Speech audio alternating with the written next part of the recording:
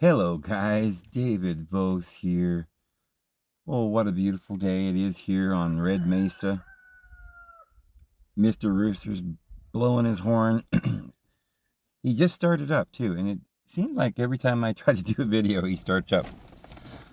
Oh, but it's a beautiful day, and we're gonna let him be uh, as loud as he wants to.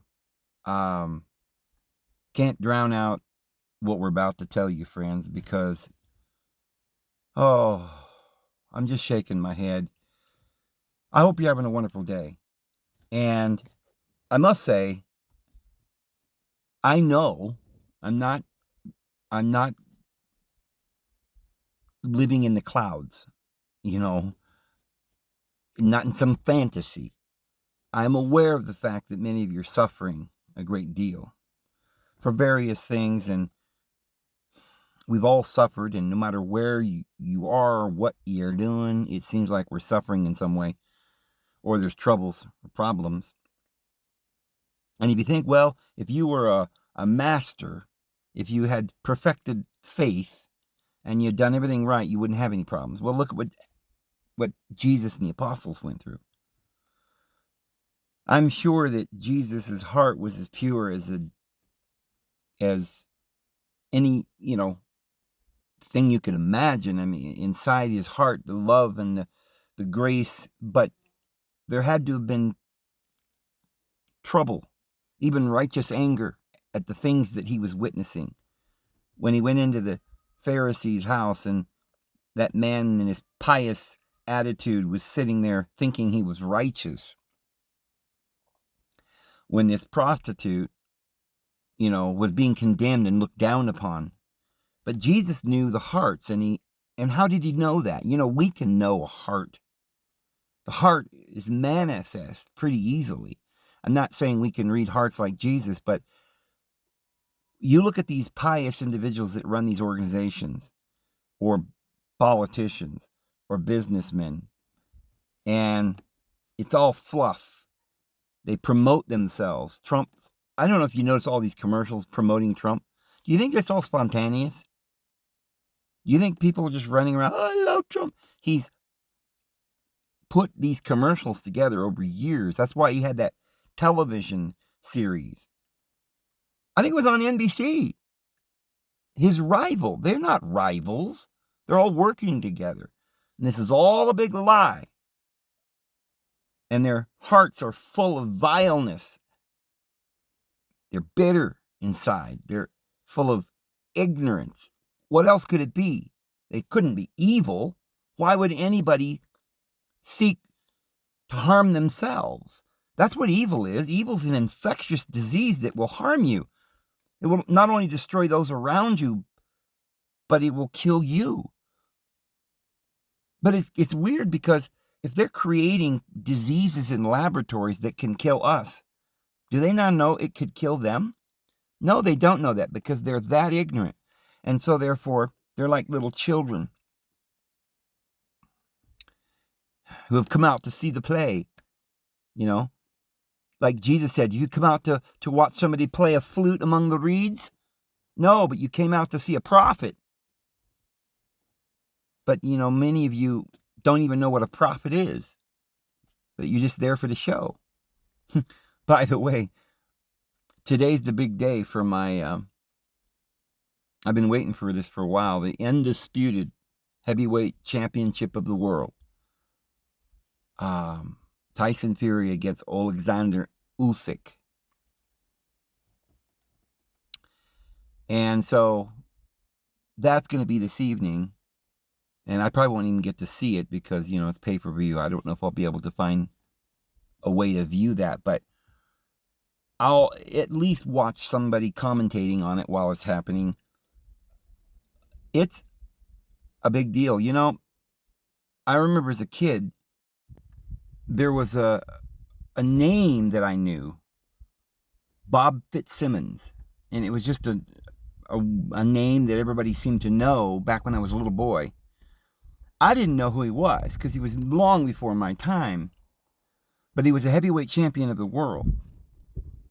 And you can go down through the list of heavyweight champions And most Americans have heard of these guys. Some of them were like household names, Joe Louis and, Muhammad Ali, George Foreman. But even heavyweight champions that were back in the 1800s, John L. Sullivan. Everybody's heard of these names, but like some people don't know where they've heard these names because some of them are over 100 years old, but they're just names that reverberate around the world. We know many of the names of our presidents all the way back, but not all of them do we know. Sometimes you can go talking to people, younger people today, and they don't even know who the president was 100 years ago, or hadn't ever heard of Roosevelt or anything like this. But yet some of these people probably heard of Jack Dempsey, So being the heavyweight champion of the world and it wasn't just a name.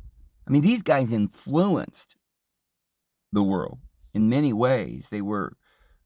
Remember George Foreman? You might not think he influenced the world that much, but I remember growing up for years, his little smiley face was all over the television, and he was always selling these grills and different things. And it's just sort of part of the culture that, and not that anything that's part of culture is always a good thing. A lot of times it's a bad thing. But it's become such a part of me. When I was growing up, I remember I didn't have a television, and I was in my car, living in my car. This is, back in 1985 or something. I don't even remember what year it was. And I wanted to see the fight between Mike Tyson and Holyfield. Evander Holyfield, the real deal Holyfield. And I was rooting for Tyson because Tyson was the champion, and Holyfield was trying to knock him down, knock him off. Well, at the time, Mike Tyson was going through a lot of stuff. He was drinking and doing drugs and running around and sleeping with everybody. And he was with this woman that I thought was a money digger. I'm pretty, I don't know that I don't want to accuse anybody of anything because I didn't know what was really going on. And I'm sure she did go through quite a bit because Mike was out running around. But a lot of people thought she just married Mike Tyson just to get his money because he had quite a bit of money. Well, she broke up with him and he went to jail. Well, just before he went to jail, Mike was a mess, and he ended up losing that fight. But I remember listening to it on the radio, blow by blow, some commentator on some sports network in my car, and it was like, my heart was pounding. I was like, oh my goodness, he just bit his ear off. Like, the whole world was just, what? It was just this hugest thing. So tonight, 8 o'clock my time, I think is when they're going to have this fighter start the ring walk or something. And I guarantee it's going to be big. It's going to be exciting. I feel like this fight is going to be really exciting. And I have to tell you, I really hope Tyson Fury wins this. He is a Christian, and he is I know a lot of people probably think, well, if you're a Christian, you shouldn't be boxing. Well, I'm a Christian, and I like to watch boxing. It's a sport. More people die probably in hang gliding sport or people who, climb mountains for sport. If you're going to go by that reasoning, then you should never watch mountain climbers, which I don't, because it frightens me. I'm really afraid of heights. I'm not overly afraid of little cliffs and small places, but when you're talking about scaling mountains that are straight up, freehand, I think that is not only unwise, but probably immoral, and I won't watch it because I'm not going to sit there and watch somebody die. I know even then these people don't usually die, but it seems like such an extreme thing. But sports is very extreme, I have to say. But anyway, I'm getting ready to watch that fight tonight, and I'm sitting here, and I wake up again with my arm all inflamed. It's been going on for quite a while now. Some mornings it's better than others, but I close my right hand and it's like they call it locked fingers, or, you can't even open your hand. It's usually the ring fingers where it kind of starts. And with me, it's gotten to the point where, it affects more than one of my fingers. And it's sore. It's like I wake up and I think maybe I've laid on one side or something too long, and my right arm feels like it's numb. And I get this a lot. And I've been trying to figure out what it is. And of course, I know it's inflammation and arthritis and all of this. But, I've had back trouble all my life. I mean, I believe it was because I was malnutrition when I was little. I never had good teeth at all. I drank coffee basically practically out of my bottle from the time I was born. We never had milk because we lived in the woods. We didn't have fresh milk most of the time. I mean, it's not that I never had milk, but it was rare. And most of the time we would have either canned milk or powdered milk, and I would pass on that. So if we did have cereal, a lot of times it was out. We'd make powdered milk and stir it around. It was terrible, but I just didn't drink it much. And I remember for years, we'd get up and Mom would go get donuts. We would eat donuts for breakfast, or it was pancakes, or some kind of sweet thing. We would have scones with butter and honey all over it and stuff. I mean, we ate a lot of donuts. And at the time I thought, well, that's normal, that's what breakfast is. Pancakes, pour syrup all over it. Of course, nowadays, I went to, I think it was Lowe's grocery market. You could probably do the same thing at Albertsons, I have, or Safeway or something. But I'm looking at the jellies and jams, and I don't normally buy any of that because I found out years ago it's all full of high fructose corn syrup. But I thought, well, I'm going to get a treat, and I'm going to have a peanut butter and jelly sandwich, which I grew up on, right? But back in the day, we had sugar in the jam and jelly. It was just made out of sugar, which isn't that great, but it's not even 1/10 as bad as this poison they call corn syrup, high fructose corn syrup. So I'm looking at the backs of all these jellies and jams, and all of them are high fructose corn syrup. And then I found one that actually said sugar. And that little dinky jar of jelly was like $8. And I had to spend $8 to get a little jelly for a peanut butter and jelly sandwich. And you got to be careful about the peanut butter too, because most of the peanut butter is made from hydrogenated oils. Friends, vegetable oils or something like that. These oils are so poisonous. I don't think you understand. It's not just, well, it's not that great for you. It is poison, straight up. But I've been dealing with this back troubles and stuff all my life. I hurt my back when I was about 16, 17. I had a house, I was holding up one end of a house, and I was pretty strong at that young age because I lived in the woods. We did a lot of wood chopping, and we built log cabins in the woods and stuff. And so at that age, I was very athletic. And my muscles were able to lift this particular weight over my head. And as I stood there lifting this side of a house with these nails poking out, I realized I was stuck because I wasn't strong enough to lift it up a little further and push it away so I could get away from it when it came down. It had nails, and I knew that if I just dropped it on me, those nails would go right through my skull. I was in a situation, so I'm standing there holding it, thinking, what am I going to do? I don't think if I pull away, I'm going to make it out of the way of these nails. So I held it for quite a while. My muscles were capable of it, although I was getting to the point where I was about to collapse. But my bones couldn't handle it. I don't think I had good bones. Like I said, I didn't have a lot of milk. Well, most of my weight was on one leg, on my right leg, and the doctor, it was bad. My back was out from that point forward. My mother did take me to a chiropractor because I could barely walk. And he took x-rays and said, yeah, you pushed up your leg, the bone, right, up into the hip, about an inch. So I walked with a kind of a limp, a strange kind of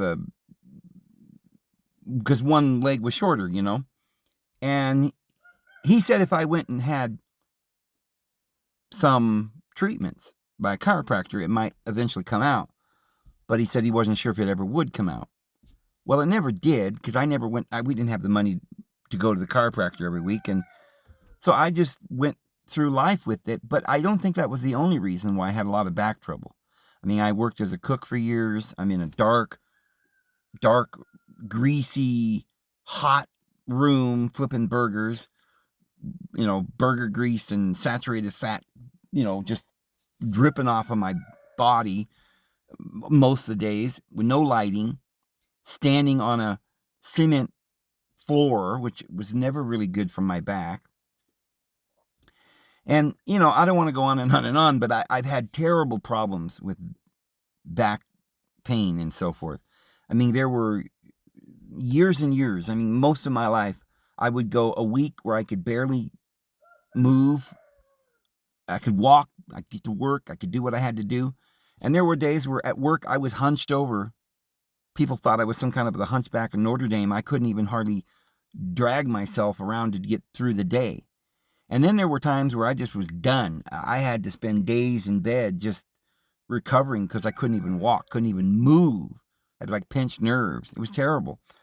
A doctor had taken x-rays, I don't know, probably I was about maybe 10 or 15 years ago. I remember a doctor checked me out and did some x-rays, and he said I was permanently disabled from all of this.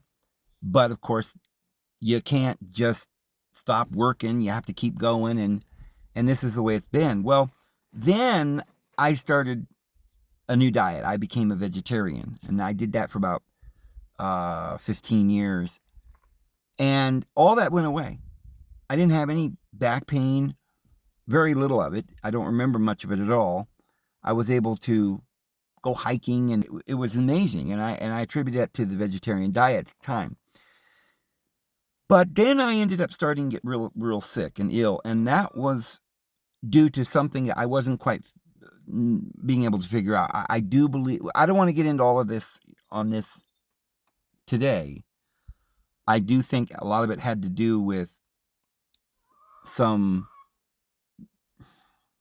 parasites that I got living in Oklahoma. There was mosquitoes, they were biting me, and all these little bugs, ticks. I think I had Lyme disease. I ended up buying some things that claimed they could get rid of these parasites, and I did all of this, and I even took ivermectin and things like this, and I think I got rid of that. But I've had terrible problems even since then. Now, the other day, and a friend of mine will vouch for this, but I decided, I noticed that I had this infection in my ear. It's not something I even noticed much, but I could tell that once in a while if I pulled on my earlobe, it was like it was painful. And of course, I've had that all my life. I've always had earaches and stuff like this. Not severe ones, but I always would put peroxide in my ear, and it would pull all the infection out. Well, I hadn't done it for a long time. And this night, I started getting a fever. This was about a week ago. I started getting a terrible fever. And it was just, I haven't had a fever like that, or a terrible cold or flu or anything like that for years. And I just knew in the bottom of my heart that there's a good chance that whatever this fever was, it was coming on quick. That if I didn't knock it out, I could be either down for days with some kind of flu or what. I didn't know what was going on. And I was a little worried about it because with what the things that's going on these days, you know what I mean? And I just don't ever want to have to go to a hospital to get any kind of antibiotics or anything like that because I don't trust them. I guarantee I don't trust them. I'd probably just about rather die than go to a place like that. But I've had this little trick, and you put peroxide in your ear, and it gets rid of a lot of the infection that's back in behind your throat. You gargle with it and stuff like this, and you basically knock this, whatever it is, out. And by morning, you feel better. And I did it. I poured the peroxide in there, and I did it like twice in both ears. And I gargled with it, and I even put some up my nose, which I don't recommend that unless you know what you're doing. you might snuff it up just a little ways and then immediately blow it out. Because if you leave it in there, it's going to burn. It might not be good. I don't know. I mean, it'll burn. Serious. But if you do it just for a second and blow it out, man, it'll just clear your sinuses like, wow. And you're done. And there's no more runny nose or anything. It's amazing if you know how to do it. You just kind of lift your head back and put a drop in your nose, just a drop, and let it run up your nose. And as soon as it starts to trickle back, you blow it out. And it burns for just a second. But bam, you have no more problems with a runny nose or bacteria up there or anything like that. But the main thing is the ear. You pour it in the ear canal and you hold it in there for about, on your side. You lay on your side and you hold the peroxide. And I did that. And by morning, bam, I was well. I didn't have any infection in my ear.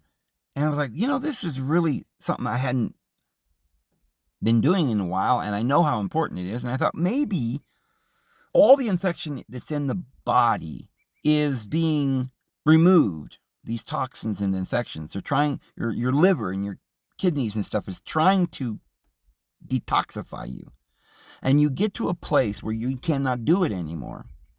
And now, doctors will say at some point you need antibiotics. And if you don't have enough antibiotics or you don't take them long enough, it doesn't get rid of it. And then it comes back worse. This is this weird balance. You have to get rid of enough of the bad bacteria so that your body can then take over and get the rest of it, is the way they explain it. And if you have an infection long enough, you get to a place where your body can't do it anymore, and you got to get antibiotics. What I've found is that the peroxide in the ear it's like most of the infection seems to go to your back of your throat and up in your sinuses. And behind your eardrum, you'll get an abscess. You don't even notice it sometimes. Little babies get it, and they get terrible earaches, and they go and get chronic ear infections, and they put little tubes in their ears. And that, I will tell you, if you put your child through that, and they get a tube in their ear, it doesn't bother the fact that they can still hear, of course, or they wouldn't do it. But it does, I believe, restrict the child's ability to hear melody as well as they used to. I've known people that have had tubes in their ears that can't sing songs. They can't find the notes. So I would never do that. I never did that to my daughter. I used peroxide. The thing about that is that you go to the doctor's visit, that's expensive, and then they give you antibiotics. It's not good for you. And these babies that used to do that, it would be chronic. They'd constantly be screaming and crying and going back to the doctor all the time, and it never really worked. But you put peroxide in that baby's ears one time, bam, that baby doesn't get any more infections in their ear. So it is an amazing tool. It will cure ear infection. But what I found out is it actually cures the flu and the colds and the COVID, and all that. It just wipes it out, especially if you thoroughly do it and do it twice on both ears and gargle it and do the nose thing if you're able to do that part. And bam, you don't have any more infection. So I got to thinking, I know this is a long, explanation on this, but I want you to hear what I'm saying. I got to thinking that if most of the infection in your body goes in somehow to these fluids and starts coming out your nose to get rid of it, perhaps that's nature's way to get rid of bacteria. And what happens is it all collects in your nose, and then you end up getting really sick. And I thought, well, why would it all collect in your nose? What's the Lord trying to do here? Well, if you had infection somewhere in your body, and this will be another example of what I'm trying to say, let's talk about a different kind of infection. I believe that's kind of what cancer is. You get cysts and tumors, and a lot of times they're not cancerous, but what are they? Well, what is a tumor? What is a cyst? A cyst is it's like a sack of poison. You even get this belly fat, which is, they claim, a lot of this fat around your belly is kind of like where your body stores toxins. So it's interesting. The body has different ways to store toxins if you can't get rid of it. If you're just not getting rid of the toxins, or you keep putting more toxins than what you need, the body got to do something. If it can't get it out your nose, which is, I think, probably what colds are for, you build up fluid and you blow it out, right? But if maybe there's different kinds of toxins and infections that we're getting today. Perhaps a parasite, or things, drinking bad water. Sometimes you just can't get it all, bacteria that you normally get is not going to cure it just by blowing your nose. So in that case, it could be that you get fever, and fever raises the body temperature to kill certain bacteria. But after you've gone through this, a lot of times you'll go into pneumonia because fluid builds up in the lungs, and this is when you get this cough and you're spitting up all of this toxins. Well, the body will have a fever and get rid of that, but then it starts creating this infection in your lungs, and you get pneumonia or something like that. So these are various ways that the body will eventually get to a place where you could die. Modern doctors have antibiotics. You can a lot of times cure the pneumonia with antibiotics. But what if you could stop this before it got to pneumonia? What if you could, and then we're going to talk about another infection that leads to cancers. And then we've got this third one that leads to fatty liver. The kind of poison that leads to fatty liver is not bacterial and that kind of thing. Even though there's going to be an imbalance if you get any kind of infection, it could lead to candidias and other bacteria and immune problems. But the basic thing with the fatty liver is that your liver's not being able to function correctly. It's overburdened, this whole process that probably no one knows, not the best doctor in the world. All of these processes is going on. But we do know that people who have this gut are less healthy. And we also know that it's caused from a fatty liver, which we know is the body putting fat around your gut and storing this toxin. But what toxin is it storing? Well, mostly sugar and high fructose corn syrup. They claim it'll destroy your liver right away.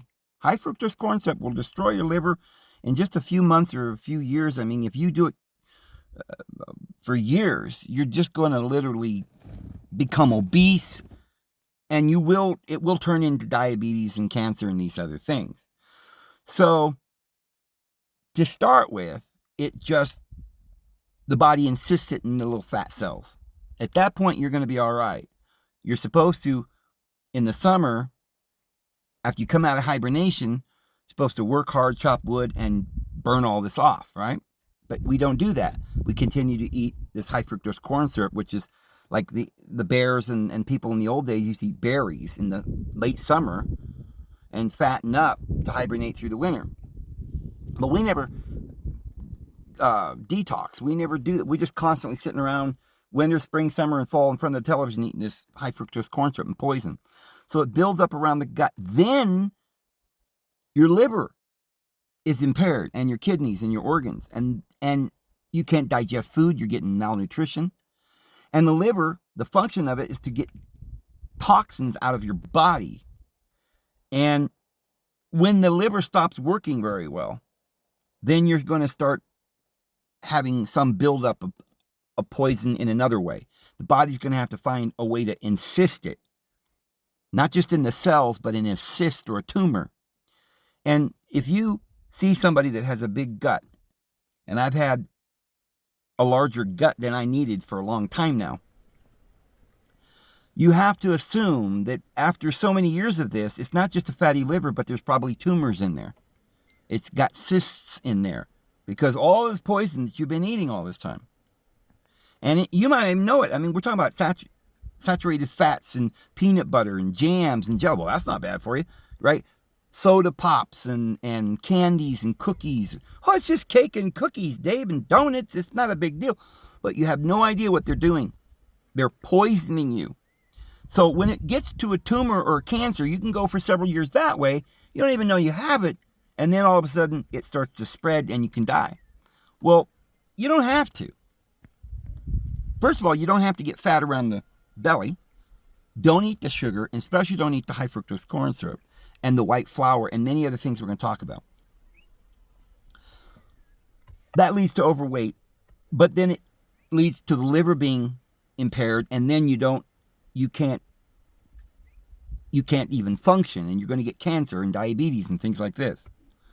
But the other thing is that when you destroy your kidneys and liver, you then can't ferment food in your gut correctly. You don't even have the food in your gut to ferment, right? Vitamin B and all of these things they claim is so important, so therefore we've got to eat meat, is made in your gut. But it's only made in your gut if your gut has certain fibers. We're eating all these foods that don't have any fibers.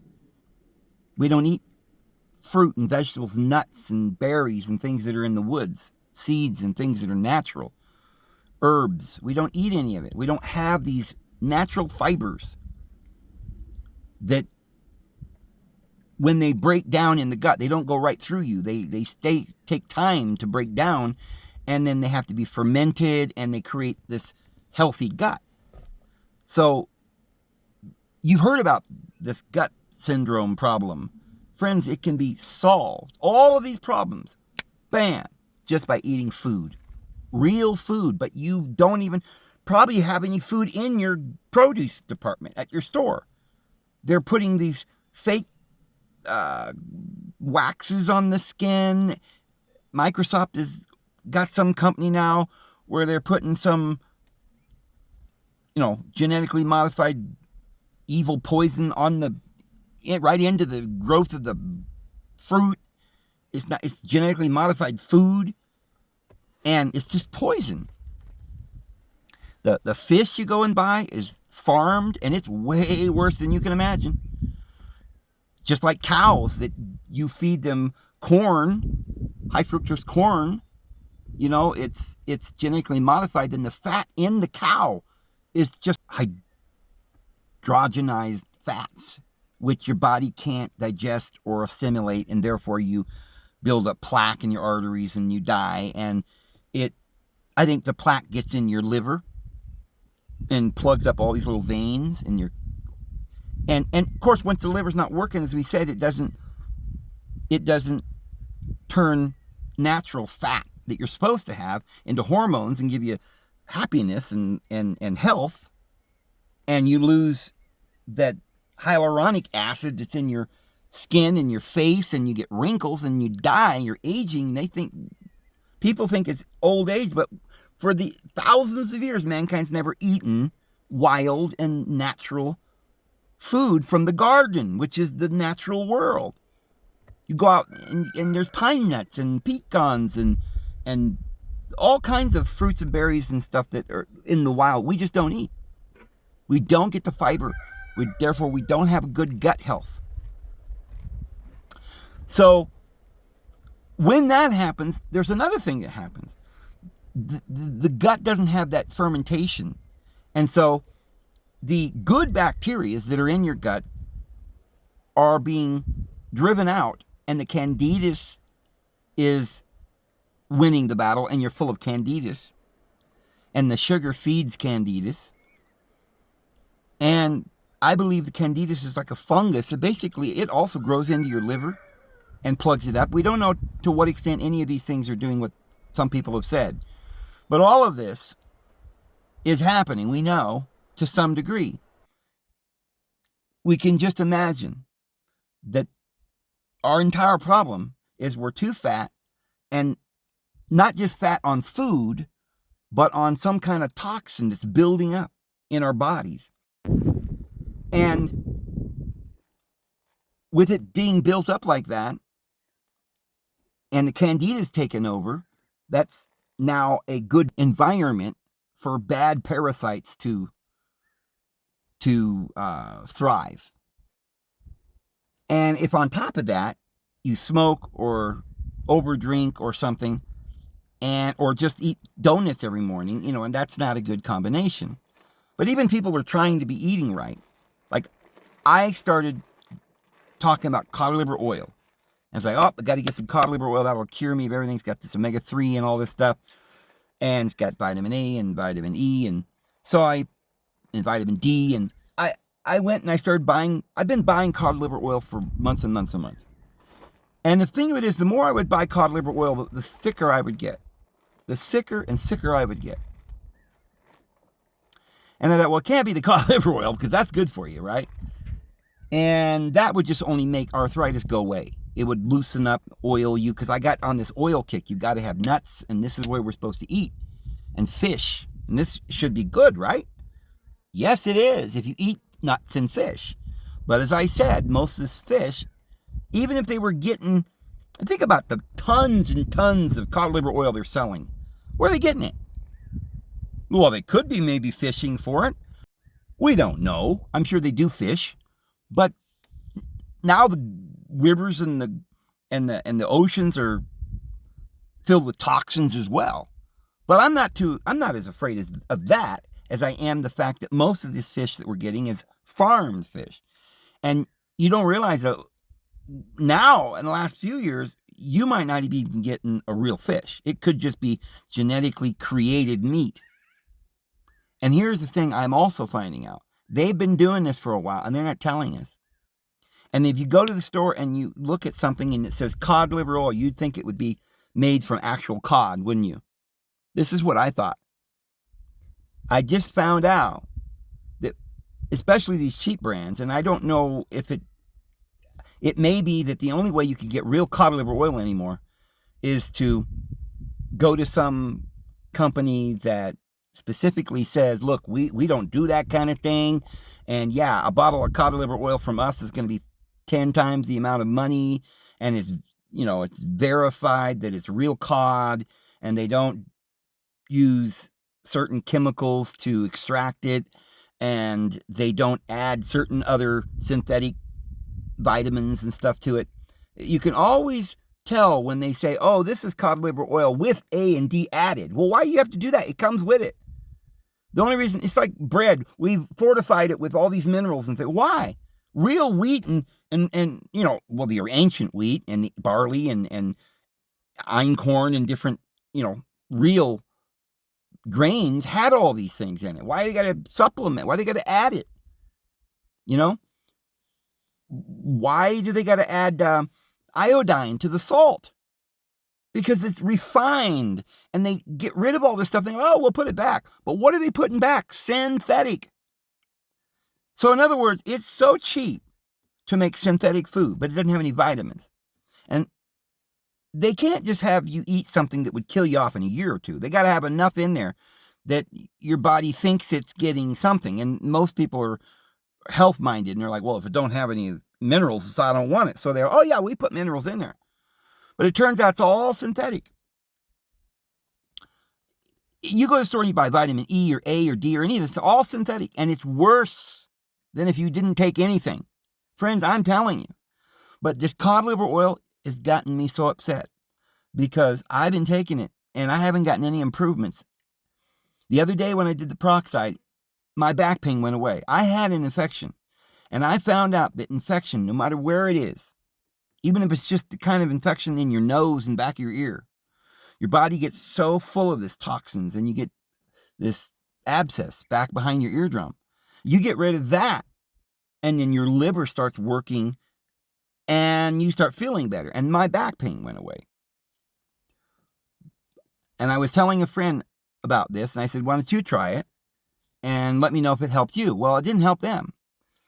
So I went another week, and my back has been good. But I'm still noticing that my hand, on many occasions, I'll wake up and I can't even open my hand. The locking of my fingers is still going on, and it's still sore and sort of like tendonitis in my right elbow and stuff. And I'm like, okay, this isn't getting any better. And this has been going on for a long time. And here I am taking all this cod liver oil. I mean, I was really taking a cod liver oil. And they said turmeric is great too. So I went to the Walmart, Spring Valley, same brand, getting the turmeric and all this stuff, thinking, yay, but not really any improvements. And when I found out that the Spring Valley is a literal hoax, pharmaceutical hoax upon mankind, not to help us, but to kill us, it blew my mind, and I thought I needed to make a video and let you guys know that not only is their cod liver oil not even cod, it's full of synthetic poisons. And the fish that they do use, they do use some fish in it, but it's not cod. There might be some cod mixed in it. But the process they use to get rid of it, to get the oil out, to extract it, is a very chemical process that causes toxicity. And that it's set on the shelf so long that most of it, and especially the way they make it, most of it is rancid. Now, I know maybe Spring Valley will try to sue me, but guess what? There's a lawsuit right now trying to go through the courts suing Spring Valley, Walmart, herbs and pills and vitamins, because of these tactics, and specifically because of the cod liver oil, because it isn't really cod, for one, and most of it's rancid. And if you eat rancid oil, here's the thing. Real cod liver oil will remove inflammation from your body. And I'm like, well, so why isn't it working? Because rancid cod liver oil makes your body more inflamed. It does the absolute opposite. And I got to thinking about the length of time that my arm has felt this way, and this inflammation that's been in my arm. And I thought, I never had any of this some years ago. I've been doing the cod liver oil just about the same amount of time that this thing on my arm's been happening. So I said, okay, I'm going in, and I had bought a whole bunch of cod liver oil and it was in the cupboard.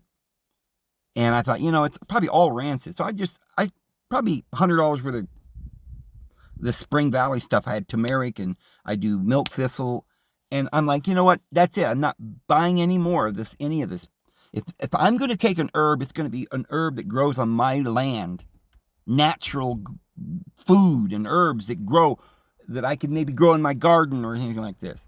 And that you'd be way better off not even getting any of these things that are so healthy at all than to get the ones that they're producing that are hoaxes and frauds and are, I can't say that it's just done because they want to make money and they're trying to cut costs.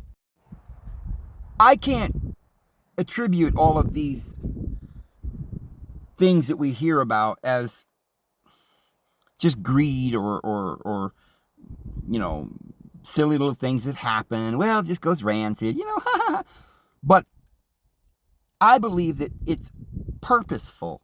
Somebody's trying to shorten our lives. And there's probably companies that sell anti-inflammatory drugs or, cancer treatments or, hospitals and pharmaceutical companies that want to sell you these drugs because you're going to get so sick, you're going to be begging for help. You're in pain. You go to them, and some of their drugs work for a while, but it causes side effects, and it's worse. And you don't need any of it. We just had actual food, but you can't get food anymore. You can't get food anymore. None of this stuff you buy. Look, I've been wondering about the eggs for years. You look at these brown eggs you buy at the store. I guarantee I got chickens, and they don't come out looking like those brown eggs. Look like little brown spots, like they've sprayed it with a spray can. And I've tried to find out if they do spray the eggs. And then you look at the white ones, and they're pure white. Chickens don't lay pure white eggs.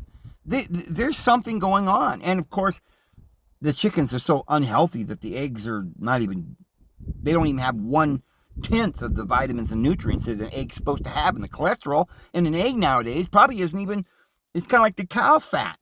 Eating all of this genetically modified corn, their fat is just as bad as hydrogenated oil. And so the chicken eggs is such the best cholesterol in the world to eat, might not even be good for you. You need free-range, real chickens. My chickens eat what they can find, and when I do feed them, which I feed them a little bit every day, I feed them rice, dry rice. And even though rice, it might not be as good as the wild grains, I try to let them eat as much as they can from the wild. And I've got some ideas. You know, I was talking to you guys the other day about the mulching. Well, I'm going to start introducing worms into that. And then there will be a lot of worms for the chickens to eat too. I can make a big, huge compost area where I can have all these worms and feed them worms and stuff too. But anyway, I have a lot of ideas, especially with the compost idea that I was telling you guys the other day. But one thing is, when you make your gardens, you don't need to do all the things that we've been told. All you need to do is take and put hay down. And the hay will make soil right underneath of it, and plant right under the hay, and it keeps everything warm, and it mulches, and it makes the best soil in the world. Out here, I've got all these chips, and I'm going to start using that instead of hay. I'm going to use the natural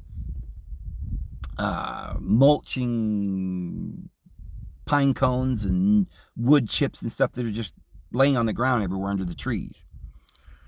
I noticed I piled up some of my under the trees, all the wood chips and stuff, and I raked them all in a big pile, and that's where the dogs will sleep. They'll lay on top of those piles. I'm like, there's no question that they're fermenting inside that mound. That you do that, and it starts fermenting and making soil, and you don't have to buy potting soil. I bought that Miracle Grow the other day, and it killed my plants. And my good friend up in Michigan, who's the best gardener there ever was, explained to me, you don't use Miracle Grow. It's full of chemicals and toxins and you know, poisons. It destroys your... I can't believe they sell... I ended up putting that Miracle Grow on quite a bit of the stuff, and all my tomatoes died. I'm done with tomatoes. I don't know what they're doing with the tomatoes. But you bring them home from the store and they're dead. So I'm going to start going with perennials and things that come back every year that is more natural and wild. I'm going to go with the sorrel that's coming in the mail, and thistle, and, you know, mint, and different things that we got to start learning to eat more natural, wild, original plants, and not this hybrid food that they're giving us. But friends, be very wary. Don't buy any Spring Valley, and I guarantee probably any brand that you find at a Walgreens or a Walmart or a grocery market don't buy it. And here's the rule of thumb: don't buy it, any of it. Period. Don't buy supplements or minerals or anything. Don't take drugs from the pharmaceutical companies. Don't take herbs. But friends, you've got to go and just get your garden and start growing. It seems overwhelming because people think, well, I can't grow a garden. That's what it's been for me. I mean, I've lost some of my plants and stuff because they just died. I don't know how to do this, but I'm learning it. And I think the best idea is making your own mulch and your own soil, and making your soil better with hay and straw and wood chips and things like that, and finding plants that you can survive and be healthy eating, more natural, like sorrel rather than lettuce, a green head of lettuce, right? No, sorrel will come back every year. You never have to plant it again. And then gardening is easy. You find the plants in the wild that grow in your neighborhood. Somebody was telling me this the other day. I was having trouble, like the first plants, the weeds, if you know what I mean, that I was trying to grow for, you know, medicinal purposes, let's put it that way. They all died. And that was because, you know, I put the Miracle Grow. Well, I got some more, and then somebody said, oh, you got to have them in hot sun, you know. So I put them outside in the hot sun, and bam, they all turned white. The ends of the leaves turn white, because you cannot, until they are growing and they're adapted, they don't need that sun right away. When they're little plants, they can't take that hot sun when they have just been replanted into a bigger pot or something. And like people say, it's better to plant them in the ground, but the thing of that is that you buy them and they come in a little pot or something, and you have to replant them. And so first you have to get them going and get them used to the environment and the weather and you can't put too much hot. So there's all these little things that we've got to worry about. Bugs and things like that aren't going to be a problem if you have wild kinds of plants. The plants that die are the ones like tomatoes. They're hybrids, and the bugs are all over these things. They love them. But you plant these other kinds of plants that are natural and wild plants, and the bugs don't want anything to do with it. I've got mint and stuff growing, and I'm going to get more of that kind of thing. I think mint is going to be an important thing. For one thing, I'm looking into trying to grow my own coffee plant too, because I love coffee so much, but I haven't done that yet. But at least with the mint, you can pick that and you make tea. You can't just drink water. So I'm hoping I will have something. But I did buy a lot of coffee that I have stored up. So I'll have coffee for probably in the next 3 years. I've got enough stored. But I also want to have mint and other things growing that I can make some kind of beverage. Anyway, the moral of this story, friends, is they are lying to us in such a way that you wouldn't even believe. The fish you buy at the store isn't even fish.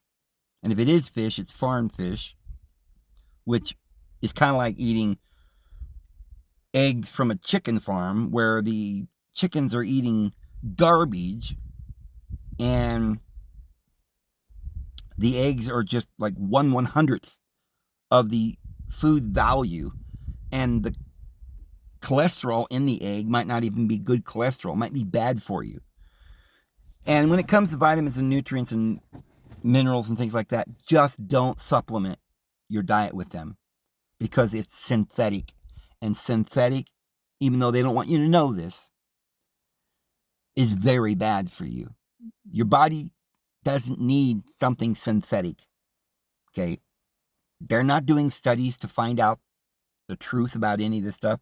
They're lying to us, and all the articles you read are all lies. Once in a while, you'll find a good point somewhere in an article, and you'll be. But if you just stop and realize that this is so simple, we start eating real food. You need to go on a daily basis, all day long, every day, and eat actual fruit, preferably fruit that is in the wild, like almonds and pecans and walnuts, not any kind of genetically modified food. Like, rather than eating some genetically modified apple that's sweeter, get the ones that are smaller and maybe more tart, a little harder, the closer to the original apple.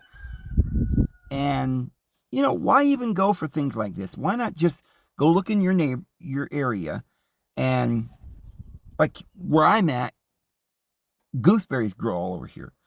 So I'm going to try and get me some gooseberries from them and plant them myself and have an environment for them where they can thrive. Maybe prune them, get the soil a little bit better. Maybe these particular gooseberries will really start producing, because that's what grows here all over the place naturally, as far as berries are concerned. So I'm going to do that. And so, some of you are saying, yeah, but I don't have a place to grow, and I don't have a garden, and I can't do this. Well, friends, if you don't, you're going to be sick, and you're going to die, and you're going to be in pain. And this is why we got to get out of the world. This is imperative. We have to get out of the world. We have to get into nature and get ourselves an area where we've got water and a little patch of ground. It could be sand like where I'm at, but you can turn that sand into good soil with mulching, and you can put ash on it that gives it minerals, different things that you can do. The chicken manure can be used. It's all a ecological system. You get the chickens, you use the manure on your garden, you mulch, you get certain types of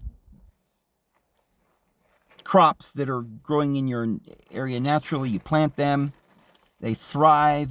They're perennials. You don't even have to work. right? You can set this up to where it's basically so simple. And every day you eat a natural berries and nuts and beans and things that grow in your area. And then somebody else reminded me that, well, what would grow good in my area for medicinal purposes would probably be the peyote. And they're just natural things that grow not far from here, a little bit further south. They don't grow right here where I'm at, but I'm sure they would grow here quite well. So I'm looking into getting some of those and things like that. We got to find various things, not only for our diet, but for our health. Another thing you might look into is aloe vera plants. You need to grow them. They can be good for lots of things. But anyway, that's what I'm going to start doing. And I'm not any longer going to take any of that cod liver oil.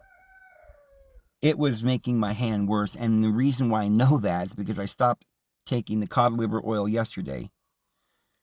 And I had some beet juice, organic beet juice, and I drank that today. And that pain that was in my arm lessened quite a bit. It did seem to help. There was something in the beet juice that was helpful to my inflammation. It's anti-inflammatory. But that cod liver oil, even though real cod liver oil would be anti-inflammatory, that rancid stuff that you get at Walmart that is poison, that isn't even cod, was making it worse. Just to let you know, friends, keep your eyes open.